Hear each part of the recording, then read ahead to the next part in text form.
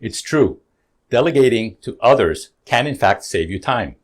And in that precious and valuable time you saved, you can work on more important things, your strategic duties and business improvement ideas. But if you don't delegate effectively, things might not get done the way you wanted them to. And then your time might actually be consumed in fixing and correcting things. When we need to delegate, one of the things we often skip is precisely the thing that usually makes a big difference between getting great results and getting a bad surprise. It turns out many of us tend to rush through the beginning of the process of delegation, which is precisely where the secret lies.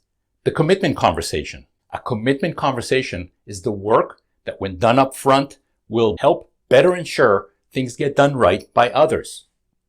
Investing time upfront in a commitment conversation can make a big difference. This is where expectations are made clear. A true agreement between the parties is reached about the task and, most important, how performance will be measured.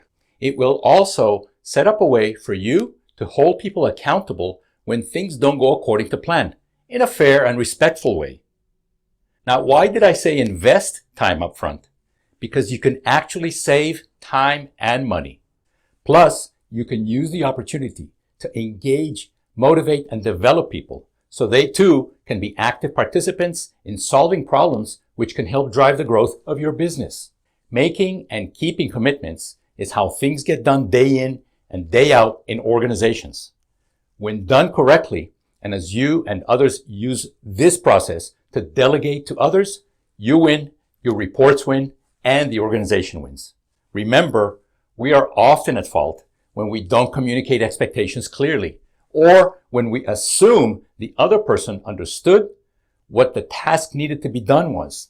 This course, Effective Delegation Through Commitment Conversations, is designed to help you move past these issues so you can regain valuable time in your busy day and get things done right the first time.